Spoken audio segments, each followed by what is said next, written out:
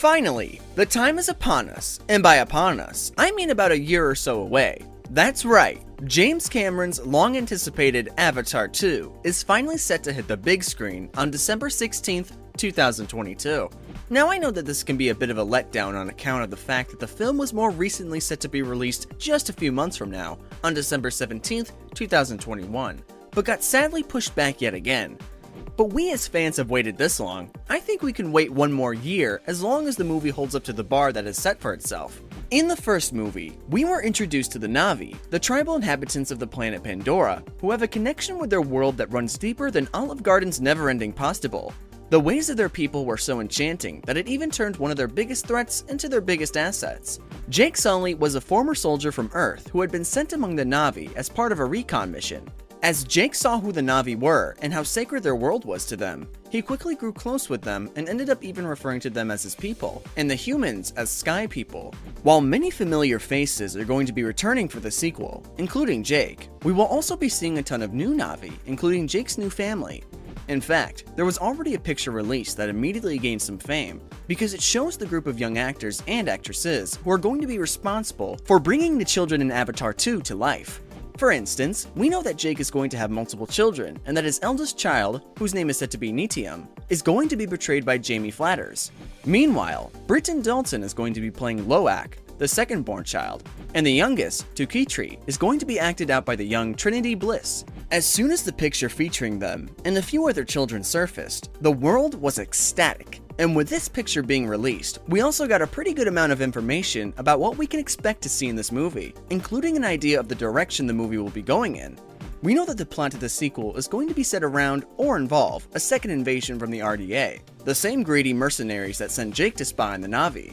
According to the few plot details that have been released to the public, the sequel is set to take place 12 years after the events of the first film, which ended with Jake's consciousness being transferred through the Iwa into his Na'vi avatar permanently. Since then, Jake and Ney'tiri settled down together and started a family of their own. However, their peaceful lifestyle is uprooted and threatened again when the RDA returns to Pandora once again, looking to conquer the world for its resources. Some are concerned that the plot is going to be too similar to that of the first film, but hopefully, if that's the case, the new characters and Jake's new lifestyle will add enough to the plot to make it feel fresh and new, instead of a rehashing of the first film. Just like in the first movie, the sequel will see Jake and Ney'tiri doing whatever they must do to ensure the safety of their family as well as their tribe, which supposedly means that they are going to end up leaving their jungle and exploring different lifestyles and regions of Pandora, as well as other tribes that we haven't seen from the original Avatar. Now, even though the plot of the sequel is being closely guarded, the little information they have released has left us expecting to see a lot of new aspects of the Na'vi's culture.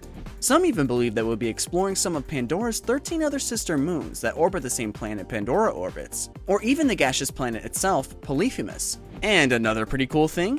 Avatar 2 is the first movie ever to use motion and performance capture technology underwater. That's right, any scene that we see happening underwater will actually have been shot underwater. In fact, the first Avatar film could have only ever happened through the use and invention of performance capture tech.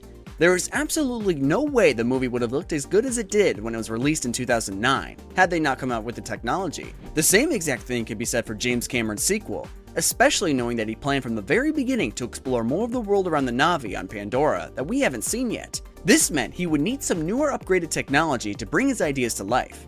And one of the main environments that he wanted to explore was an underwater ecosystem. And from the very beginning, he was against using CGI to create the world that he wanted the audience to see.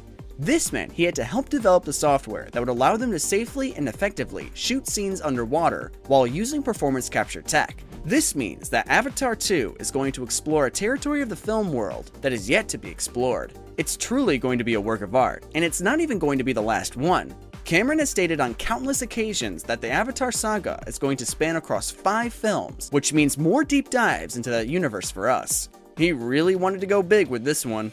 With the idea of more sub-stories being revealed over 4 more movies leaves quite a bit to the imagination as to where they'll go with the franchise as a whole.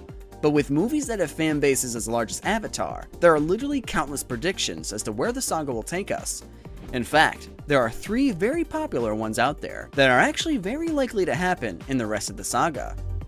The first very strongly supported prediction actually has us looking at why humans would come back and reinvade Pandora. The prediction goes that for some reason, Earth is no longer a viable source to live on. Something that scientists in real life are beginning to predict is that at some point in the future, Earth is no longer going to be inhabitable by humans. There are many different reasons that could cause this outcome, whether it be some sort of nuclear fallout or something relating to the way that we've been treating our planet. But in either way, it's likely that it's not going to sustain us forever. And a lot of people believe that this future is going to bleed into the Avatar cinematic universe. As we know from the first film, the whole reason the humans were on Pandora in the first place was to mine for unobtainium. Unobtainium is a mineral in the Avatar universe whose name has been heavily criticized for not being very creative. But more importantly, it is a resource that the RDA believe could help the human race survive. And though we may have seen their plan fail at the hands of Jake Sully, causing humans to ultimately be forced off Pandora, it's likely that they still need the unobtainium in the second film, and after 12 years, are more desperate than ever. It's been heavily predicted that the reason the humans are so dead set on returning for the life-saving mineral is because they have nowhere else to go. Most people believe that at this point, 12 years later, humanity is dying out and on the brink of extinction, and this wasn't helped when their supply of unobtainium was cut off. So now, the last remaining humans are back with a vengeance and nothing left to lose. Now, one thing that we know for certain is that the character Colonel Miles Quaritch has been confirmed to be making his return in Avatar 2 in some capacity. Although we seemingly saw his death at the end of the first film, it looks like that he either survived somehow or will be resurrected in some way, and Stephen Lang will once again step into the shoes of the villainous Colonel Quaritch. Reports are claiming that he is set to be the primary villain in the entire Avatar saga, so it's likely he will return with full force. But what's even more interesting is that a lot of his portrayal is said to require the performance capture technology that we were referring to earlier. This is leading a lot of people to predict that the character will likely return as some sort of mostly mechanical being. Think Star Wars. Though Vader was still human at his core, he was unable to function without his robotic limbs and breathing apparatuses. This is what many people believe is going to be the case with Quaritch. Obviously not to the exact specifications of Darth Vader though. He will most likely have lost a lot of function in his body after the fight with Sully and Ney'tiri, but his heart somehow remained beating.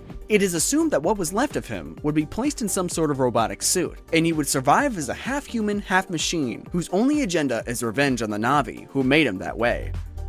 Last but not least, the final prediction is actually not just for Avatar 2, but the Avatar saga in general. A lot of people are acknowledging how many different storylines you can fit into a franchise spanning across 5 films, and a lot of fans are hoping that they don't keep reusing the same antagonists and plot lines throughout the series. Lucky for them, it's likely and heavily predicted that the humans will not be the only threat to Pandora and the Na'vi throughout the series. As we know, it's been reported that Cliff Curtis is set to play the leader of a new Marine Na'vi clan that is going to be called the Metakaina. And people are thinking that since the different Na'vi clans don't usually associate with one another, it's likely that not all the varying tribes share the same ideals. What's cool about this is that it's leading fans of Avatar to predict 2 concepts for the future of the film. One of which is that a hostile tribe somehow falls under the influence of Colonel Quaritch and ends up becoming a serious threat for Jake, Ney'tiri, and their people. Another reason that a different tribe of Na'vi might turn against Jake is simply because he wasn't born a Na'vi. Sure, he is a full-blown member of their species now, but he was originally a human, and it wouldn't be uncommon for another tribe to find him and his family not to be pure. This could lead to a clash and conflict among the Na'vi themselves. The other major prediction in terms of an exterior threat might not even come from Pandora itself. Some people believe that the threat caused by the RDA might prove to be too serious, and little do the humans know, is that the Na'vi could potentially use the human space travel technology to escape Pandora, since they now have a former human, Jake Sully, on their side. This would give us a chance to explore the 13 other moons around Polyphemus, which is something that a lot of audience members are really hoping for. No matter how it happens, over the course of 5 movies, it is safe to assume that we will be coming across threats to Jake and his people that aren't human. At least, we hope so. No matter how you look at it, Avatar 2 is set to be one of the greatest films of the past 10 years, and it's still over a year away. And that's saying something. In terms of anticipation, it's clear fans have been waiting for what feels like forever for the sequel to its 2009 predecessor, but it's going to be worth the wait to see all of what Pandora has in store for us. But what do you guys think? What do you want to see throughout the Avatar saga? Let us know in the comments. That's all, Disney fans. Let us know what you thought of this video in the comments. And like and subscribe for more magically packed videos.